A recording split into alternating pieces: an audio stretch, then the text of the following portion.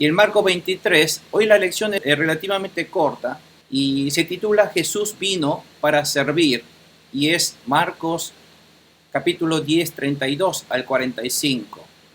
Y dice así: iban de camino subiendo a Jerusalén y Jesús se les adelantó.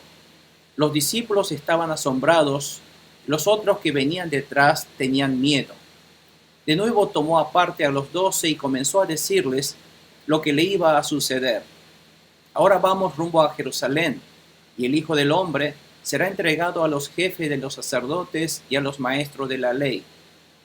Ellos lo condenarán a muerte y lo entregarán a los gentiles. Se burlarán de él, le escupirán, lo azotarán y lo matarán. Pero a los 3 días resucitará.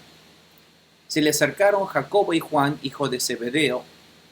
Maestro, le dijeron, queremos que nos concedas lo que te vamos a pedir. ¿Qué quieren que hagan por ustedes? Concédenos que en tu glorioso reino uno de nosotros se siente a tu derecha y el otro a tu izquierda. No saben lo que están pidiendo, le replicó Jesús. ¿Pueden acaso beber el trago amargo de la copa que yo bebo o pasar por la prueba del bautismo con el que voy a ser probado? Sí, podemos. Ustedes beberán de la copa que yo bebo, le respondió Jesús, y pasarán por la prueba del bautismo con el que voy a ser probado. Pero el sentarse a mi derecha o a mi izquierda no me corresponde a mí concederlo. Eso ya está decidido. Los otros 10, al oír la conversación, se indignaron contra Jacobo y Juan. Así que Jesús los llamó y les dijo: como ustedes saben, los que se consideran jefes de las naciones oprimen a los súbditos y los altos oficiales abusan de su autoridad. Pero entre ustedes no debe ser así. Al contrario, el que quiera hacerse grande entre ustedes deberá ser su servidor. Y el que quiera ser el primero deberá ser esclavo de todos. Porque ni aun el Hijo del Hombre vino para que le sirvan, sino para servir y para dar su vida en rescate por muchos. Amén.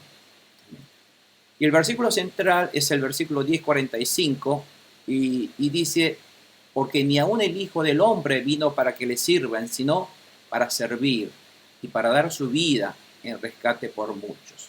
Gloria a Dios. Vamos a ir a la pregunta número 1 directamente y le voy a pedir a la hermana Carolina, por favor, Carolina, la pregunta número 1, adelante, por favor. Sí, ¿por qué los discípulos se asombraron y le seguían con miedo en el camino subiendo a Jerusalén? Iban en el camino subiendo a Jerusalén y Jesús se les adelantó. Los discípulos estaban asombrados y los otros que venían detrás tenían miedo. Amén. Bueno, si ustedes hacen un poco de memoria, las lecciones de la semana pasada, entenderán por qué los discípulos estarán asombrados. Porque la semana pasada Jesús le dijo a un religioso, a un fiel en las palabras de Dios, que realmente si él no vendía todos sus bienes y se le daba a los pobres, él no podía ser salvo. En el cual todos quedaron muy asombrados. Y además Jesús le había dicho a Pedro: pero si ustedes, todos aquellos que dejaron sus casas, sus padres, sus madres, sus familiares, y han dejado todos sus trabajos por Jesucristo, no se vanaglorien de eso, porque aún así, si ustedes no siguen fiel a su llamamiento, pueden perder su salvación.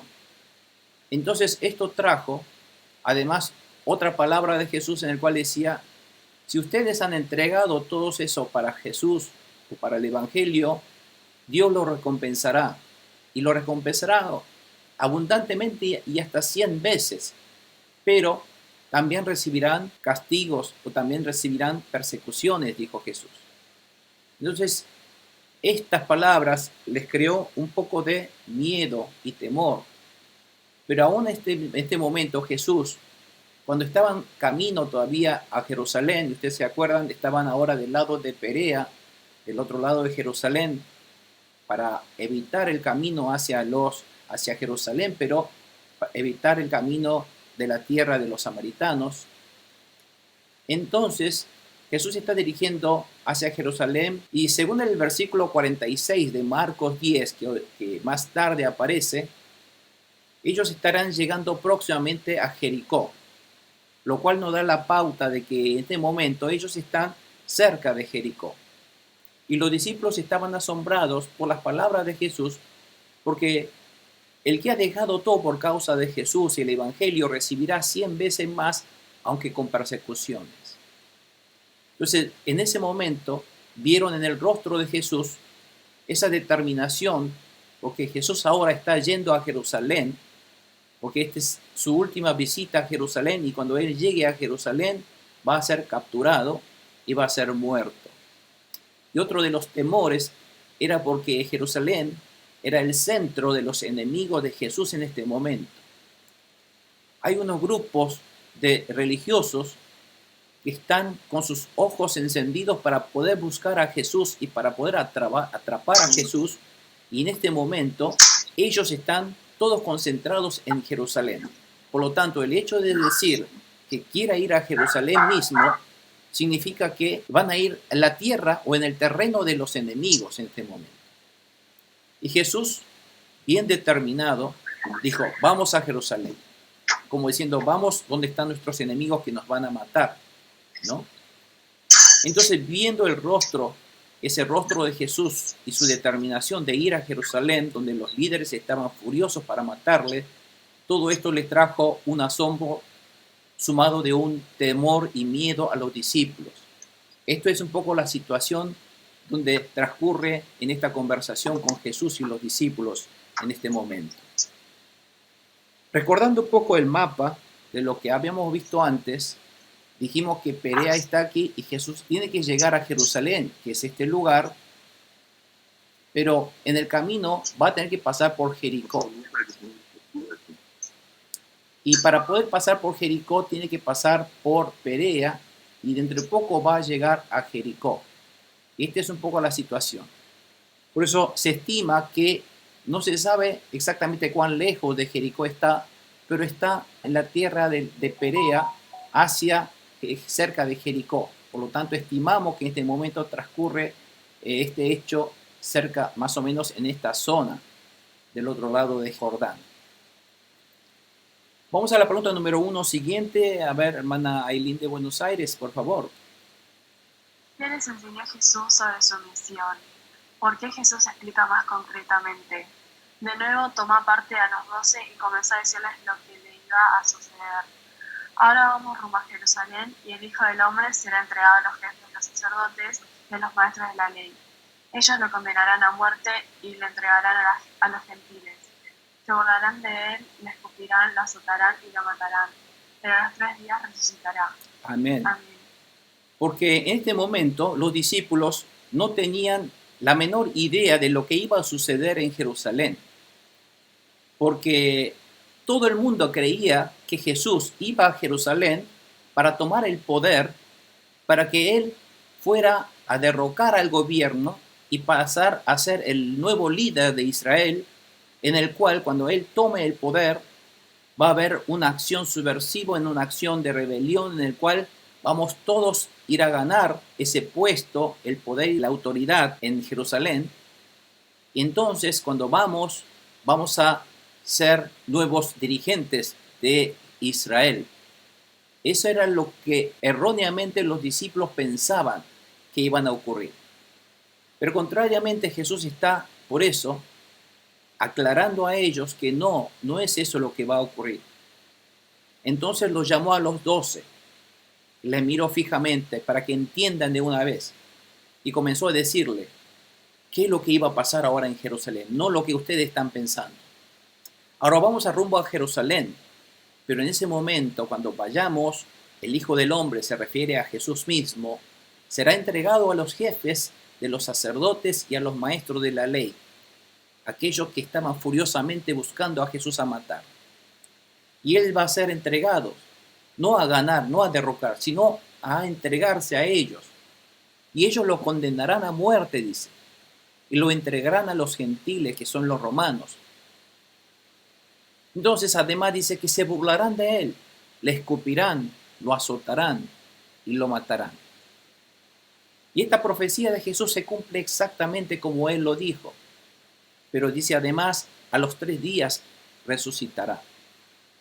Todo esto de que Él vaya, el poderoso, nuestro líder, maestro, que vaya a ser muerto y que resucite. ¿Qué es eso de resucitar?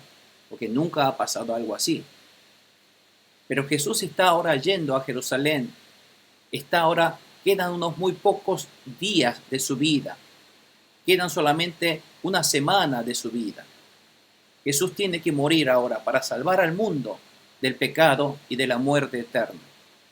Le espera un camino muy solitario, un camino muy doloroso de Jesucristo ahora.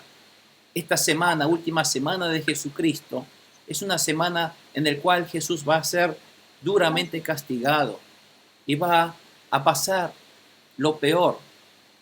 Y Jesús trató de preparar por eso el corazón de los 12 por su muerte, que iba a venir esa muerte y ese ataque, y que luego va a haber, pero una resurrección.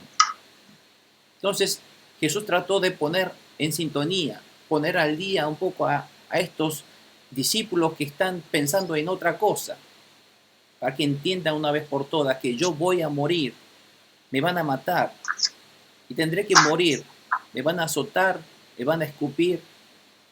Así que para eso estamos yendo a Jerusalén. Estaban muy desconcertados los discípulos. ¿Cómo?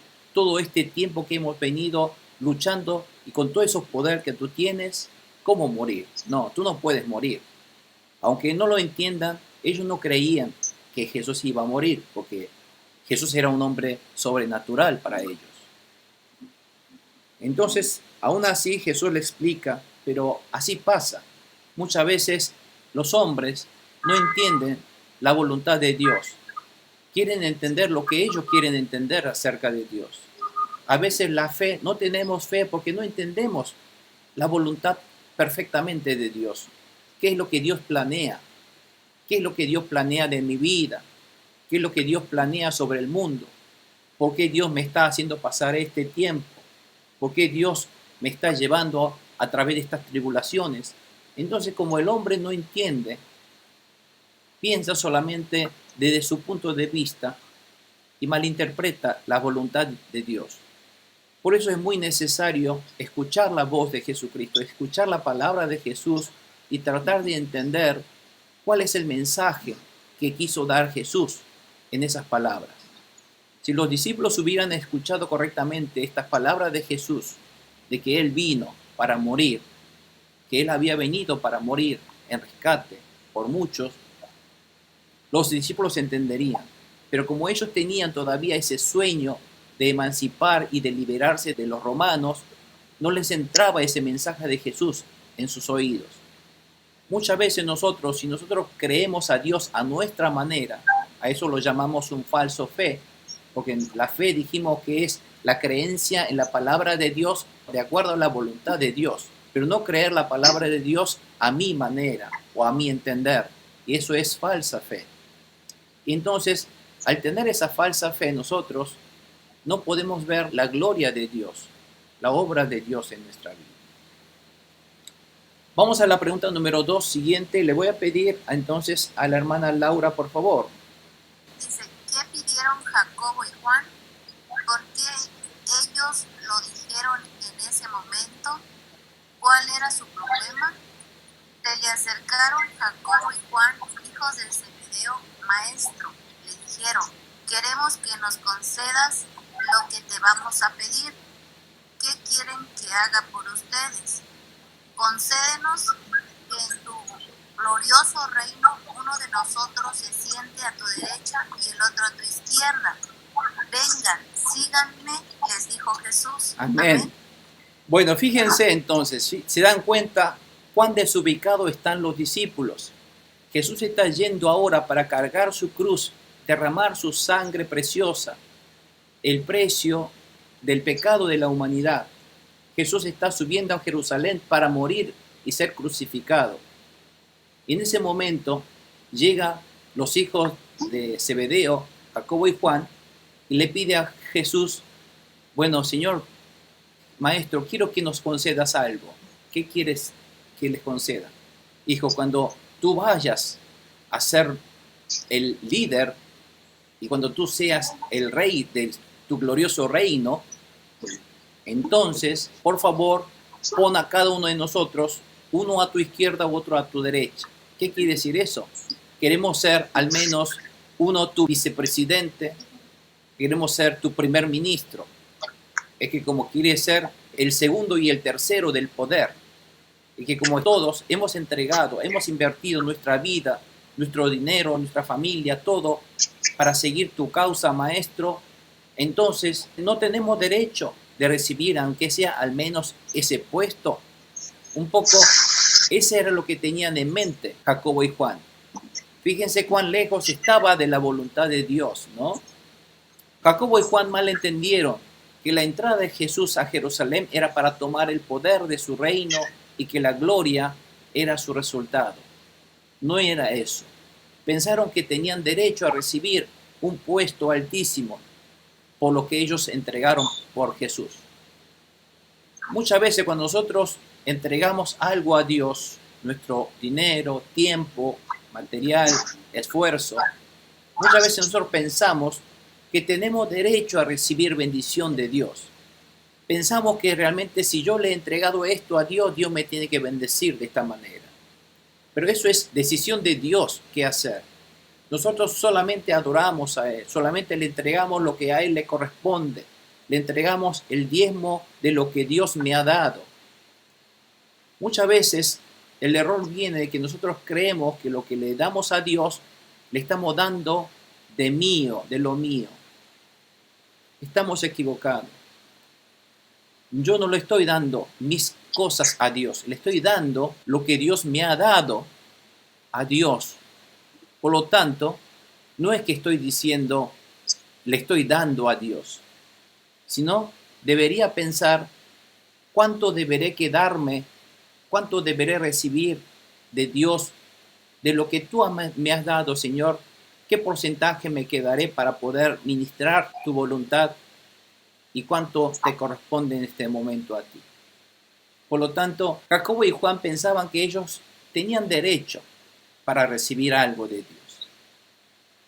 Pero como pecadores y sabiendo que todo lo que tenemos, todo lo que gozamos, aún nuestra vida, viene de Dios, no podemos reclamar algo a Dios como un derecho, sino lo que tenemos y gozamos es una gracia de Dios. Pero Jacobo y Juan pensaron que tenían un derecho a recibir un puesto, que a ellos les correspondían estar allí. Y era una situación porque ellos le fueron a decir, porque querían ganarle un paso antes que Pedro le fuera a pedir, porque había una especie de competencia con Pedro. Ustedes recuerdan cuando Jesús fue al monte de transfiguración, solamente llevó Jesús a Pedro, Jacobo y Juan, que eran los tres mejores discípulos, los más obedientes. Y como sabían que estaban en una competencia Jacobo y Juan con Pedro, ellos fueron antes ganarle un paso adelante a Pedro para ir a pedir antes, porque Jesús ya está llegando al poder en Jerusalén. Fíjense que es totalmente equivocado. Bueno, ese es lo que está pidiendo Jacobo y Juan en este momento. Imagínense cómo se hubiera sentido Jesús. Jesús está ahora por morir. Ahora va a tener que cargar ese odiosa cruz, ese castigo cruel y terrible que él va a recibir por mi pecado, por el pecado de Jacobo y Juan. Pero ellos van a reclamarle a Jesús un puesto alto, pensando que él iba a tomar poder en Jerusalén. Así de lejos estamos, así de malentendido estamos de la voluntad de Dios. Pregunta número 3. Le voy a pedir a la hermana Lucero, por favor. Si es necesario para conseguir la gloria, ¿no saben lo que están pidiendo? Les replicó Jesús. ¿Pueden acaso beber el agua amargo de la copa que yo bebo o pasar por la prueba del bautismo con el que voy a ser probado? Amén. Bueno, Jesús le contesta como un poco decepcionado. Ustedes no saben lo que están pidiendo.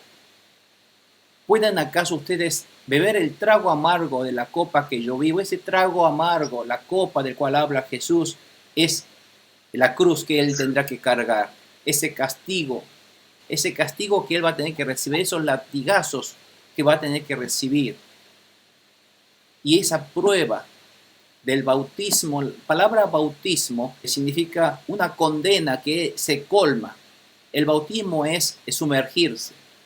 Él va a recibir tanto castigo y dolor que va a estar él sumergido en ese castigo y dolor. Por lo tanto, él lo expresa como un bautismo de todo ese castigo.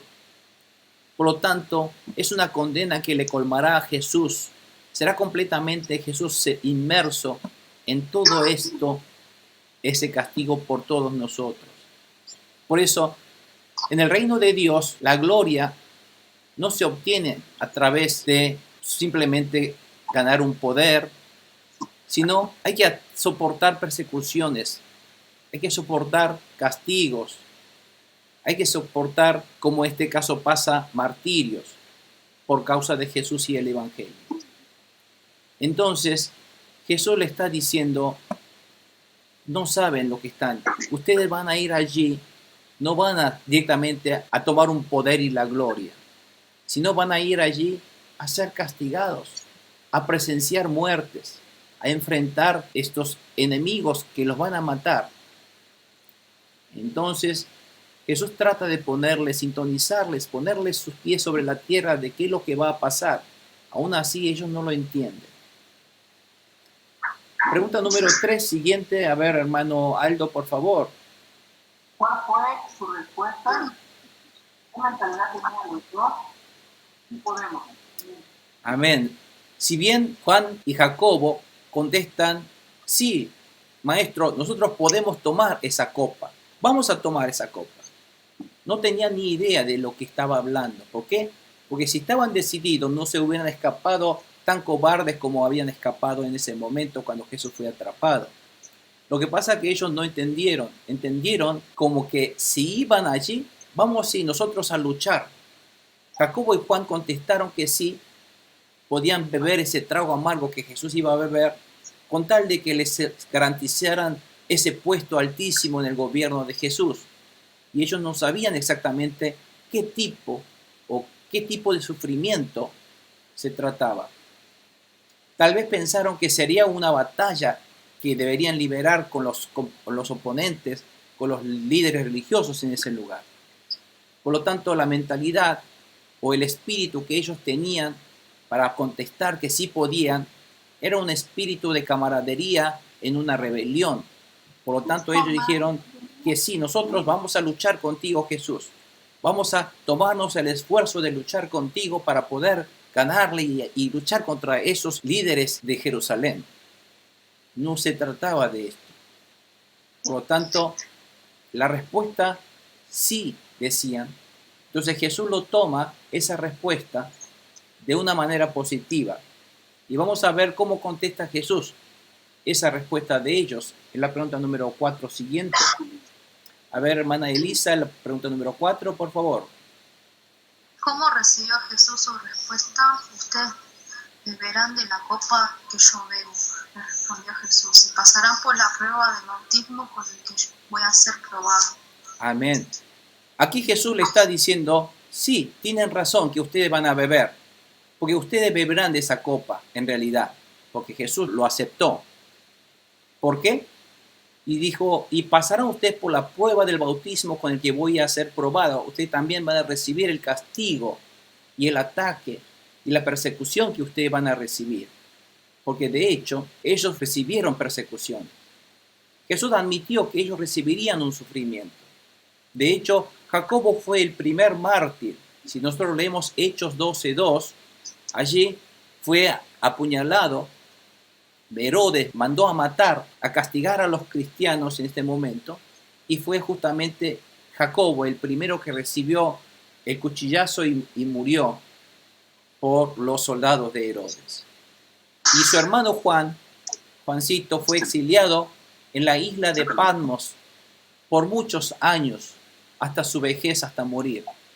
Pero en esa isla de Patmos es cuando Juan vio esa visión de Apocalipsis, donde el Espíritu Santo le mostró a Juan acerca de lo que iba a pasar en el fin del mundo y que le mandó a que lo escribiera. Y de ahí escribió el Apocalipsis. Pero Juan también sufrió castigos y luego fue atrapado y fue exiliado. Y fue exiliado en la isla de Patmos. ¿Ustedes creen que, bueno, en la isla de Patmos había algo? No, allí lo abandonaron en una isla desierta. Y por la gracia de Dios, él sobrevivió allí. Pero era para que él sufriera y muriera en esa isla. Así que pasó momentos difíciles, solamente por ser cristiano y por ser seguidores de Jesús. Entonces Jesús está diciendo eso. Es cierto que ustedes van a recibir ese bautismo de castigo y persecución y también van a recibir esa copa. Pero en ese momento, cuando ellos dijeron, no tenían ni idea de lo que le iban a pasar y qué significaba ese bautismo que ellos iban a recibir, ¿no? Dice pregunta número 4 siguiente, a ver, Pastor Rafael, por favor.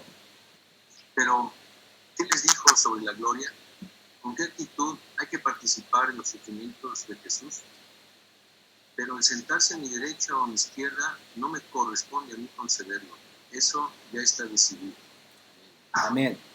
Bueno, Jesús le dice, está bien, ustedes van a sufrir también, ustedes van a beber esta copa amarga, también van a recibir ese bautismo de castigo. Así que está bien lo que ustedes digan, pero lo que no puedo darles a ustedes es mi derecha o mi izquierda. Pero ya estamos hablando en el campo espiritual, no en el poder, porque no va a tomar el poder. Pero cuando Jesús resucite y se siente a la diestra del Dios Todopoderoso, ¿quién se va a sentar a la diestra, a la izquierda y derecha de Jesucristo? Eso no está decidiendo Jesús, sino ya está decidido, y quien toma las decisiones es el Padre que está en el cielo. Eso es lo que está diciendo. Por lo tanto, no me corresponde a mí, sino corresponde a aquel sentarse a mi izquierda y a mi derecha, que eso lo decidirá mi Padre que está en el cielo. Y eso lo dice también en Mateo. Pero hasta el sentarse a la derecha o izquierda de Jesús, como recibir el sufrimiento y la persecución, está en las manos de Dios. Y Jesús está diciendo humildemente que eso no me corresponde a mí, que eso queda en las manos de Dios. Hay cosas que solamente Dios sabe. Por ejemplo, ¿cuándo vendrá el fin del mundo? ¿Cuándo entonces tomará el poder y que Jesús iba a sentar en ese momento a todos los ancianos a su derecha e izquierda? Todos esos ancianos que ustedes ven en el Apocalipsis, ¿quiénes serán? Eso es decisión de nuestro Dios Padre. Por lo tanto, el recibir la gloria luego del sufrimiento también es una gracia de Dios. La cabeza de la iglesia es Cristo. ¿Cuántos dicen amén? Amén. Por lo tanto, ¿quién será entonces las manos, los pies, los brazos del cuerpo que es iglesia de Jesucristo? Todo eso también es decisión de Dios. Por lo tanto, para el creyente, ser hoy lo que yo soy es netamente por la gracia de Dios. Por lo tanto, yo debo ser fiel a su voluntad, hermanos. Porque yo soy lo que soy, no porque yo tengo habilidad de ser, sino yo soy lo que soy, todo por la gracia de Dios. Porque Dios me ha concedido todo este puesto, esta sabiduría o este corazón de poder creer en Jesucristo. Yo he creído en Jesucristo no porque yo soy inteligente, sino porque Dios me dio de su misericordia, a través de su Santo Espíritu, darme ese conocimiento de poder reconocer a Jesús como mi Salvador. Eso no vino de mi cerebro, vino del corazón que me puso, del Espíritu Santo en mi corazón, de poder discernir, abrir mi corazón y poder recibir a Jesucristo. Por eso, amados hermanos, el hecho de que nosotros hayamos recibido a Jesucristo no es por mi mérito, sino hasta eso, de haber creído en Jesús y que hoy día yo sea un creyente, un cristiano, un hijo de Dios, aquel que está sentado en el reino de Dios, todo esto es por gracia y amor de nuestro Dios Padre. Por lo tanto, lo que yo debo hacer es seguir fiel a su voluntad, en mi puesto, en mi lugar, lo que me corresponda. Si me corresponde por ejemplo, en el caso de los discípulos, de enfrentar a los enemigos que me atacan con espadas y lanzas, tengo que enfrentar en ese lugar, porque ese es el puesto mío. Si yo tengo que salir a sufrir enseñando en medio de calor y trabajar, también eso Dios me ha dado como mi tarea de su voluntad para seguirle, hacer la voluntad de Dios, para que a través de mi obediencia más almas puedan ser ganadas y conocidas a Jesucristo. Es decir, todo lo que yo debo hacer en mi vida, todo lo que Dios me ha dado, todo tiene un propósito. Dios puso ese propósito en mi vida. Y ese propósito en mi vida es de hacer la voluntad de Dios. ¿Y cuál es la voluntad de Dios? Que todo el mundo sea salvo a través de creer en Jesucristo. Y que Dios quiere que yo sea ese instrumento de poder llevar ese evangelio, esa buena noticia de salvación a los que todavía ni siquiera creen, porque ellos están tan perdidos, tan desubicados como Juan y Pedro, tanto Jacobo y Juan, que en este momento están tan desubicados y perdidos. Y a ellos hay que hacerles entender cuál es la realidad de las cosas, cuál es la verdad de las cosas, cuál es la voluntad, por qué Jesucristo murió en la cruz, por qué Jesús tiene que soportar ese castigo terrible, esos latigazos. Entonces, esa tarea Jesús está encomendando a sus discípulos. Vamos a la pregunta número 4, siguiente. A ver, Samuelito, por favor. ¿Por qué los 10 discípulos se enojaron contra Jacobo y Juan? Los otros 10, al oír la conversación, se indignaron contra Jacobo y Juan. Así es. ¿Por qué se indignaron? Se enojaron contra Jacobo y Juan. Los otros 10 discípulos se enojaron porque ellos también ostentaban, ellos también querían ser como Jacobo y Juan, sentarse a la izquierda y a la derecha. Cuando tome Jesús el poder, ellos también querían recibir un puesto alto en ese gobierno. Esto demuestra que todos querían un puesto altísimo como Jacobo y Juan. Y estaban indignados porque Jacobo y Juan les adelantaron la jugada en pedirle primero a Jesús. Porque ellos también estaban viendo la oportunidad de cuándo poder pedirle ese puesto a Jesús. En el reino de Dios, el más grande, dice, es el que sirve a los demás. Inclusive el más grande es aquel que muere y da su vida por los demás para hacer la voluntad de Dios. Y la voluntad de Dios es Jesucristo y su evangelio. Y luego, cuando vino el Espíritu Santo en el Pentecostés, los discípulos entendieron ahora sí, gracias al Espíritu Santo, cuál era la voluntad de Dios. Y ellos, con todo su corazón, no escatimaron sus vidas para seguir proclamando y anunciando este evangelio de Jesucristo. De hecho, todos sus discípulos fueron martiriados, muertos, castigados, oprimidos y perseguidos hasta la muerte en ese momento. Pero su muerte no fueron en vano, porque como Jesús dijo, para que una semilla dé frutos tendrá que morir esa semilla. Y su muerte sirvió para dar brote a la vida del evangelio de Jesucristo y para dar una vida a una iglesia en distintos lugares que ellos fueron y murieron, entregaron sus vidas. Por lo tanto, los discípulos se enojaron contra Jacobo y Juan, porque malentendieron las intenciones de Jesús de ir a Jerusalén. Vamos a la pregunta número 5 siguiente. Le voy a pedir, hermana Carolina, ¿me puede leer la pregunta número 5? Adelante, por favor. ¿Cómo se enseñarían los gobernantes mundanos? Así que Jesús los llamó y le dijo, como ustedes saben, los que se consideran jefes de las naciones oprimen a los súbditos y a los altos oficiales abusan de su autoridad. Así es. Entonces Jesús le está enseñando a los discípulos, escuchen, no se peleen entre ustedes. Dense cuenta que como así, ustedes saben que los jefes de las naciones, los líderes, los reyes, oprimen a sus súbditos y los altos oficiales abusan de su autoridad. Así como ellos abusan de su autoridad, ustedes no deben ser así, dice.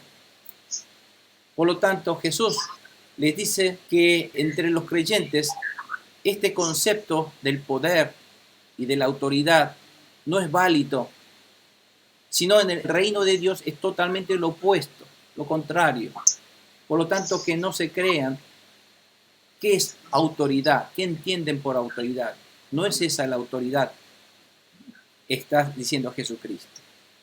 ¿Qué contesta entonces en la pregunta número 5 siguiente? A ver, Aileen de Buenos Aires, por favor. ¿Cómo debe ser el que quiera hacerse grande? Pero entre ustedes no debe ser así. Al contrario, el que quiera hacerse grande entre ustedes deberá ser su servidor. Dice Jesús que contrariamente al mundo, en el reino de Dios, los creyentes que quiera ser grande debe ser servidor para hacer la voluntad de Dios. Y servir, ese servicio, no es un servicio humanístico lo que está diciendo Jesucristo. El servicio que dice Jesucristo aquí es lo que tal como Jesús hizo para servir a la humanidad. Por lo tanto, Pablo se presenta a sí mismo también como servidor de Cristo. En Romanos 1:1 dice Pablo, siervo de Cristo Jesús, llamado a ser apóstol, apartado para anunciar el evangelio de Dios, dice Pablo. Y aquí el siervo, el significado de siervo, no es para servir, llevarle comida, para ayudarle a cruzar las calles. No es ese tipo de servicio de que está hablando. ¿Qué tipo de servicio dio Pablo? De llevar el evangelio al mundo. Por lo tanto, el servicio de Cristo, el ser siervo de Cristo, es llevar el evangelio de Cristo al mundo. Por lo tanto, entiéndase como ser servidor, es ser aquel que sirve y lleva el evangelio de Cristo, y uno es capaz de humillarse a tan bajo nivel con tal de que aquellos que deben recibir el evangelio de Cristo lo reciban. Por lo tanto, no le importó a Pablo que lo acosen, que lo golpeen, que lo maltraten, que lo insulten. Eso no le importó. Siendo Pablo, realmente él debería recibir, él era un doctor en teología realmente. Era un hombre de clase alta, era un hombre de la nobleza judía, era un hombre de ciudadanía romana de nacimiento. Entonces, Pablo mismo era un hombre eminente, era un hombre realmente estudioso, era un erudito en ese momento. Pero él no se sintió denigrarse en aquel maltratado, aquel oprimido, con tal de llevarle el evangelio al mundo. Entonces, ese tipo de humildad y servicio está hablando Jesucristo. Pero bueno, en este momento los discípulos no tenían ni idea de lo que está diciendo Jesucristo. Nosotros, ahora que estamos después en la historia, nosotros que sabemos todo esto a través de la historia, entendemos, pero qué tontos que son estos discípulos. Pero si nosotros hubiéramos estado en el mismo lugar de los discípulos, tal vez estábamos tan desconcertados como los discípulos. No sabíamos por qué. ¿Qué es eso de que un hombre muera y después va a resucitar? Porque nunca han escuchado, nunca han visto en su vida que eso ocurriera. Y eso de que ir a morir. Y aquí hay que luchar y sobrevivir. No hay que entregar su vida. Eso es para ellos es algo absurdo. Pero está diciendo que su Maestro Todopoderoso va a entregar su vida. Porque no entendieron qué significaba entregar su vida. No entendieron ese significado de por qué Jesús tenía que derramar su sangre en la cruz. Pero bueno, Jesús está diciendo que así deberá ser el que quiera ser grande. Ser servidor de los demás. Pero no un servicio humanístico, sino un servicio de Dios, un servidor de Dios. Como Pablo en este caso. Pregunta número 5, siguiente. A ver, hermana Laura, por favor. Adelante, hermana Laura. Amén, pastor. Dice, ¿quién verdaderamente es el más grande? ¿Cómo podemos ser servidor o siervo de todos? Y el que quiera ser el primero deberá ser esclavo de todos. Amén. Amén. Ustedes saben que el esclavo era el de más bajo estrato social. Ese era el más bajo puesto en el estrato social de esa época. Y Jesús está diciendo que el que quiera ser primero, el que quiera ser el más alto, el que quiera estar en el primer puesto, tendrá que servir a los demás como un esclavo.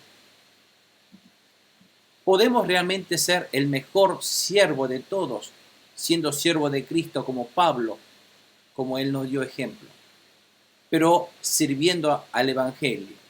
Por lo tanto, predicar el Evangelio a los que no conocen les está sirviendo con la mejor bendición del mundo, que es la salvación. Es decir, si yo sirvo a los demás como esclavo, en realidad le estoy dándole lo mejor a ellos. ¿Y cuál es lo mejor del mundo? La salvación, que es la mejor bendición del mundo. Y por lo tanto, eso es lo que está diciendo Jesús. El que quiera ser primero, el que quiera ser considerado más grande y más alto y primero para los ojos de Dios, deberá ser servidor, más aún, más ser esclavo. Esclavo es el más bajo estrato social. Tendrá que ser esclavo de todos. Ser humilde, servidor y entregar su vida. Y aún si hace falta entregar su vida y morir para poder, con tal de cumplir con esa misión de llevarle el mensaje de salvación a sus prójimos. O sea, este mensaje de Jesucristo y este deber del discipulado hoy día todavía sigue vigente. Por lo tanto, el verdadero discípulo de Jesucristo debería pensar y meditar en esta palabra de Jesucristo. No decir, bueno, esto le corresponde solamente a aquellos que hayan tenido llamamiento, aquel que pastores o misioneros, solamente ellos. Esto no me corresponde a mí. No, sí corresponde. Porque esto es lo que Jesús le está diciendo a todos los discípulos. Y el verdadero creyente es aquel que es seguidor de Jesucristo. La palabra cristiano significa ser seguidor de Cristo, o ser obediente a las enseñanzas de Jesucristo, ser obediente a los mandamientos de Jesucristo. Y Jesús le dijo a sus seguidores que id y haced discípulos a todas las naciones, enseñando todas las cosas que les he enseñado a ustedes, ¿no? Por lo tanto, ese mensaje, esa orden de Jesucristo me corresponde a mí, a cada uno de nosotros. Jesús no murió para que yo esté sentado cómodamente en una silla tomando refrescos en una playa tomando el sol. Jesús murió y Dios dio su vida, la sangre preciosa, para que yo pueda realmente ganar almas y realmente servir a Dios. Y ese servicio de Dios es lo que nos lleva a la verdadera gloria. Y es una gloria eterna. Y es una gloria que no se puede cambiar con ninguna cosa de este mundo. No sabe, por eso, el camino de un cristiano no es el camino del mundo. El camino del cristiano es justamente lo opuesto a lo que le enseñan en el mundo.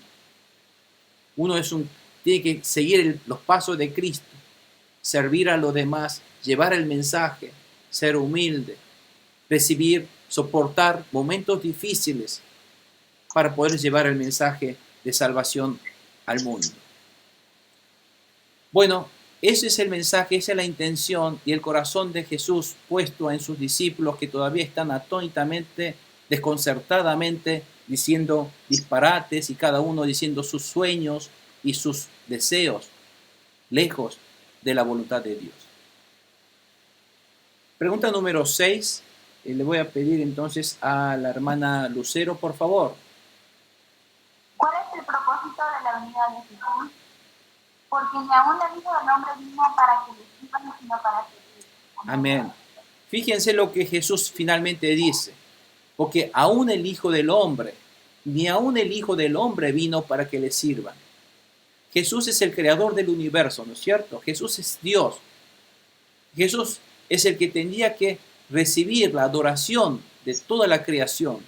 Que Jesús tiene que ser quien debía recibir todo el servicio y la adoración y la exaltación de la humanidad. Pero Él no vino para recibir esa gloria.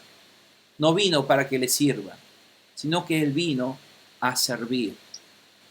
Jesús sanó a muchos enfermos, ¿no es cierto? Jesús sanó a muchos endemoniados y ayudó a que muchos fueran liberados del dominio, del poder del enemigo, Satanás, y de su maldición y de sus demonios y de toda esa maldición de las enfermedades incurables, en fin. Pero Jesús, todo eso, ese servicio, siendo Dios, lo hizo para servir a la humanidad, para servir a los necesitados. Por lo tanto, si hasta Dios vino para servir, ¿cómo nosotros vamos a no servir. Entonces, siendo Jesús el ejemplo de servicio, tenemos que aprender de Jesús cómo servir. Y Jesús ha sido el ejemplo del servicio a Dios. Pero Jesús no vino solamente a servir. Si vemos en la pregunta número 6 siguiente, a ver, hermano Aldo, por favor, con esta pregunta. ¿Cómo Jesús sirvió a los hombres? ¿Qué gracia recibimos por el servicio de Jesús? ¿Qué gloria Jesús recibió finalmente? Y para dar su vida en rescate por muchos. Amén. Jesús sirvió a los hombres entregando su vida para pagar el precio de rescate por el pecado. Hoy día, si tú estás sentado en ese lugar disfrutando de tu vida, es porque Cristo murió en tu lugar. Y Cristo te dio ese perdón. Y cuando nosotros creemos en ese perdón y ese amor de Cristo, de haber entregado su vida y derramado esa sangre preciosa por mí, donde si no fuera por su sangre no hubiéramos podido conseguir el perdón de mi pecado, pese a todo lo que yo pueda tener, todo el dinero que yo tenga, todo el honor que yo tenga, todo el estudio que yo tenga, en fin, todo lo que yo, aún invirtiendo todo lo que yo tenga en el mundo, no hubiera podido comprar mi salvación. Pero Jesús vino a regalarnos su vida para que podamos recibir esa salvación. Toda la humanidad que es pecadora ante Dios, según Romanos 3:10, y sabemos que la paga del pecado es la muerte eterna, pero Jesús pagó ese precio de la muerte eterna para rescatarnos. Ese precio de rescate lo pagó con su vida para salvarnos, como dice en Romanos 6:23. Porque la paga del pecado es muerte, mientras que la dádiva de Dios, el regalo de Dios, la gracia de Dios, es la vida eterna que nos dio en Cristo Jesús, nuestro Señor y Salvador. ¿Cuántos dicen amén a esto? Por eso hoy estamos, amados hermanos, aquí reunidos otra vez, para otra vez recordar ese cuerpo mutilado de nuestro Señor Jesucristo y esa sangre preciosa derramada en la cruz de Calvario por mis pecados. Por eso hacemos esa santa cena espiritual en este momento. Recordamos en este momento esa sangre y el cuerpo, el pan que fue mutilado de Cristo por nosotros. Le voy a leer en Filipenses 2:8 al 11, donde dice: y al manifestarse como hombre, Jesús se humilló a sí mismo y se hizo obediente hasta la muerte, y muerte de cruz. Por eso Dios lo exaltó hasta lo sumo y le otorgó el nombre que está sobre todo nombre, para que ante el nombre de Jesús se doble toda rodilla en el cielo y en la tierra y debajo de la tierra. Y esa gloria de Dios hace que toda lengua confiese que Jesucristo es el Señor, Rey de Reyes, para dar gloria al Dios Padre por lo que ha hecho por nosotros. Por lo tanto, amados hermanos, hoy día debemos con nuestros labios reconocer, confesar, porque esa es la voluntad de Dios para glorificar a Dios, para glorificar al Señor que dio su vida por mis pecados. Con nuestra lengua confesamos, alabamos, exaltamos esa gran obra que realizó en la cruz, esa obra sin igual en la historia. Jamás hubiera ocurrido en la historia esa salvación tan tremenda si no hubiera Jesús muerto en la cruz por mis pecados. Recuerden por eso, amados hermanos, que el que quiera hacerse grande entre ustedes, como dice Jesús, deberá ser su servidor. Ese servicio a Jesús. Y el que quiera ser el primero deberá ser esclavo de todos también, dijo Jesús. Porque ni aun el Hijo del Hombre vino para que le sirvan, sino para morir, para servir y para dar su vida en rescate por muchos. Por eso Jesús recibió ese dolor, castigo, esos latigazos que le arrancaron sus pieles para poder salvarnos y darnos esa sanidad que esta noche recibimos por fe. Por lo tanto, si tú crees en esta noche que esa cruz de Jesucristo y ese látigo de Jesús que le arrancaba sus pieles es para poder darnos esa sanidad del cuerpo nuestro, en este momento el Espíritu Santo obra en mi vida cuando tú crees por fe de que realmente Jesús murió y sufrió y ese por sus llagas tú has sido sanado para siempre. serás sano de todo tipo de enfermedades. Serás normalizado por el sufrimiento de Jesús en la cruz, porque Él lo hizo por todos nosotros. Y esto no es ciencia, sino es promesa de Dios. Y la promesa de Dios siempre ha cumplido.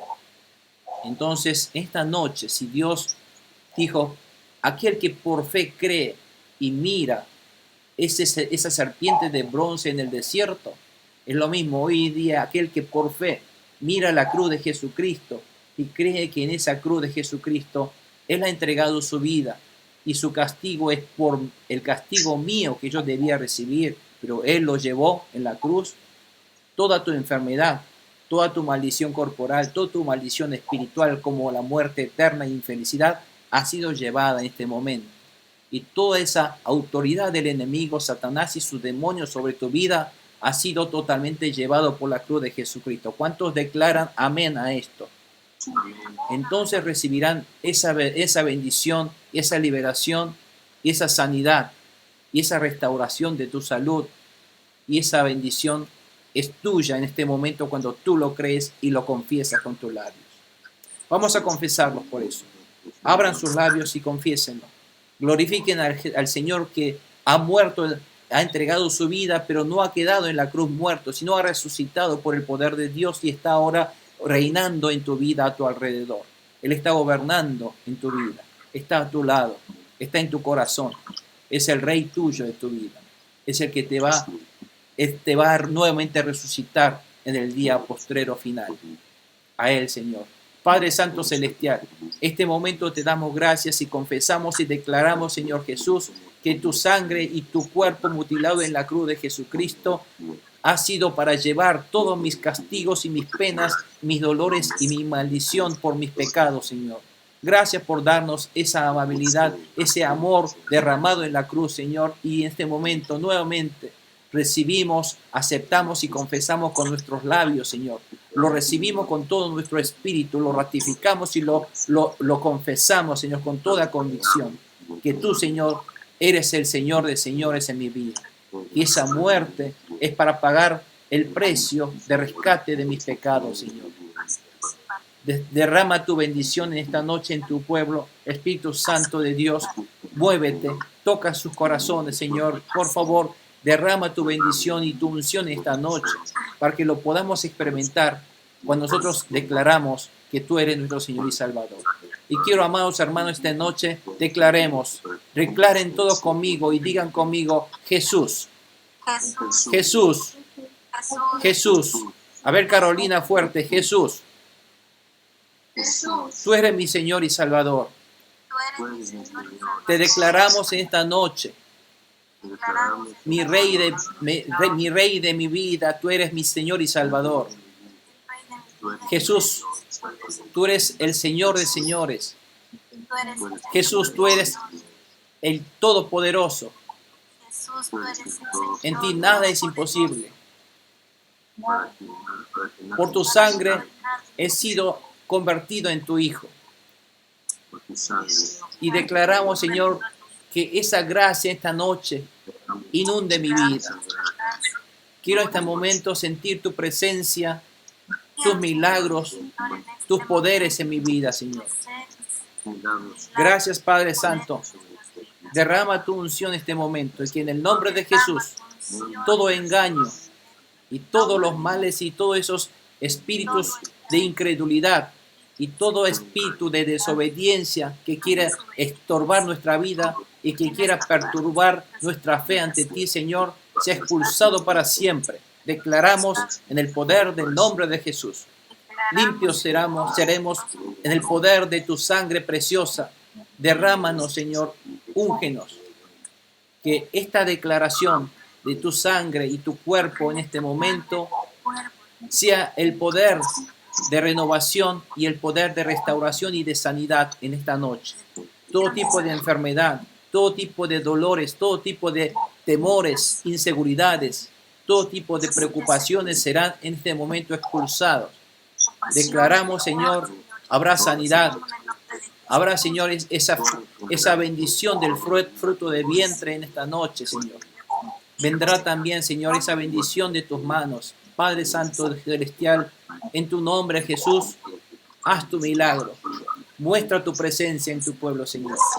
Muestra tu poder en este momento, en tu pueblo. Dale, Señor, suple sus necesidades. Estamos en un momento en el cual anhelamos tu poder, Señor, y sabemos que tú estás entre nosotros. Que todas nuestras cosas, Señor, nos vayan como tú deseas, Señor, en el nombre de Jesús, cuando obedecemos tu palabra. Porque tu palabra es fiel. Aceptamos, recibimos y obramos, Señor, de acuerdo a tu palabra. Que tu palabra se haga realidad en nuestra vida. Que tu promesa se haga realidad en nuestra vida. Porque así lo creemos, Señor. Que se haga realidad en el poder del nombre de Jesús. Amén, Señor. Gracias, Señor. Gracias en el nombre del poderoso de Jesús.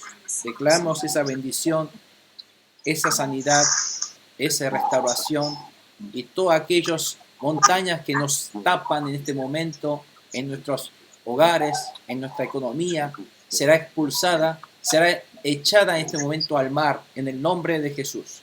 En el nombre de Jesús. Amén. Muestra tu gloria, Señor. En el nombre de Jesús, en este momento, muéstranos tu milagro en nuestra vida, en nuestros trabajos, en nuestra economía, en nuestra tarea, Señor. Muéstranos tu poder. Tú eres el Dios altísimo, eterno, sobrenatural, todopoderoso. Tú eres el que vive en nuestra vida, Señor. Tú vives en nuestra vida. Declaramos esa bendición. Gracias, Señor. En el nombre de Jesús. Amén. Amén. Amén. Gloria a Dios.